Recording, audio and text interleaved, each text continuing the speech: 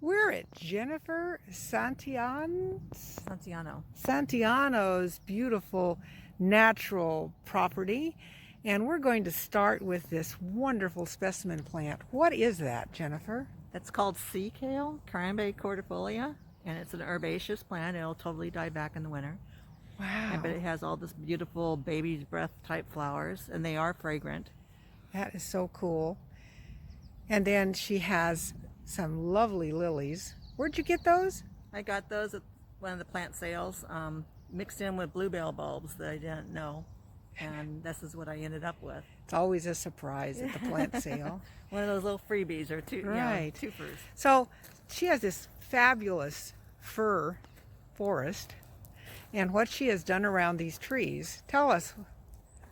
Well, I have this red here is the Maltese cross, the likeness, and I've just been trying to get things that will grow under the Douglas fir, which is an effort.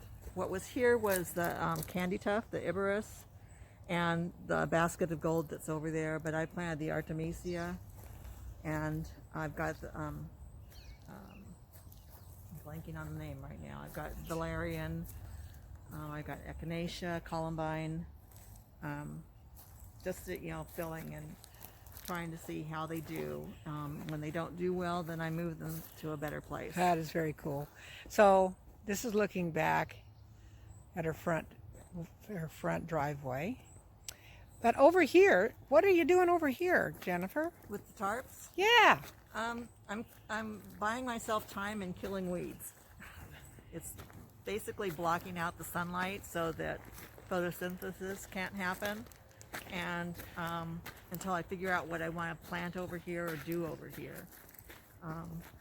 So it buys me time, so I don't have to be constantly waiting and having the.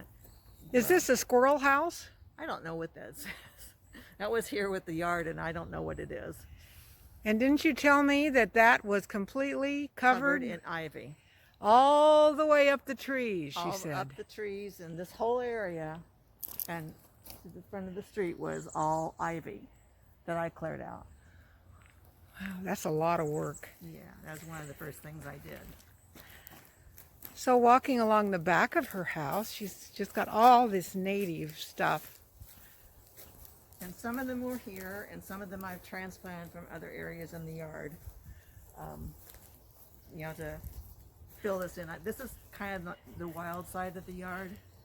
I don't want to spend a lot of time gardening and taking care of, so most of these plants have to stand on their own. So what have you got here in the middle? This is my new bed. I just made it this year. And a couple years ago, we did all the paths and the dirt got in the center, and then I brought in dirt this year so that I could mound it. And then all these plants are new, basically new plants. That I have. But I also have in here, I have vegetables, kale, Swiss chard, and then I have ornamental things. So were the stepping stones here? No, these were taken from these stumps that you see in the yard. I had somebody come and cut them into slices to use as stepping stones in the yard. They're so nice. Okay, so back here in your foresty area,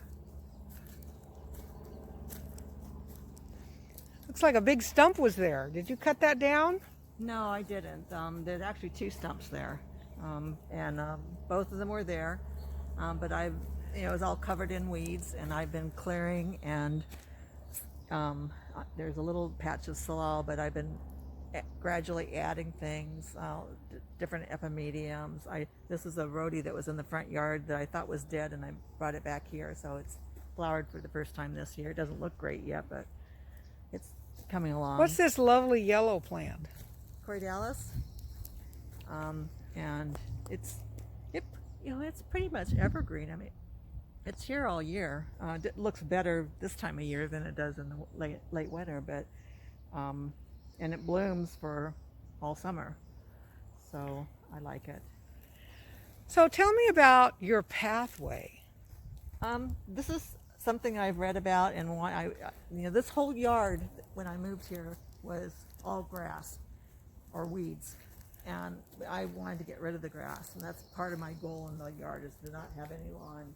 And so this is a thyme lawn, and this is the newest part. And got totally planted the end of last year.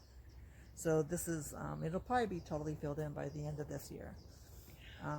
But it, it looks nice. You can walk on it, but you don't have to mow it. I might have to, clip deadhead the flowers after it's done blooming to tidy it up. But it's not something I have to do all the time. Well, Jennifer, you've done a fabulous job here, and we really thank you for letting us visit your garden. And we know it's going to be like a forest soon. Bye-bye for now.